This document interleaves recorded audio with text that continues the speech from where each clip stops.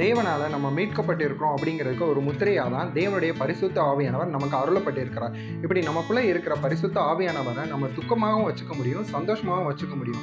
என்னங்க சொல்றீங்க அப்படின்னு கேட்குறீங்களா? வேதத்துல இருந்து என்ன சொல்றேனே, எபேசியர் 4வது அதிகாரம் 29வது வசனத்துலேருந்து 32வது வசனம் வரைய படிச்சு பார்த்தீங்கன்னா தெரியும்.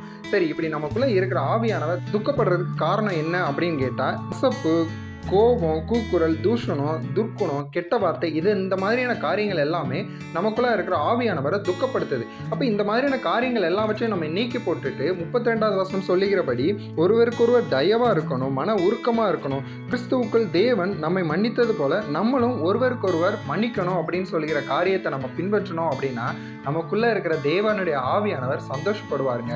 வார்த்தையை பின்பற்றி வாழும் பொழுது நம்மளும் நிறைவாக இருப்போம். தேவனுடைய ஆவியானவரை துக்கப்படுத்த விடாதபடியும் நம்ம வாழ்க்கை இருக்கும்.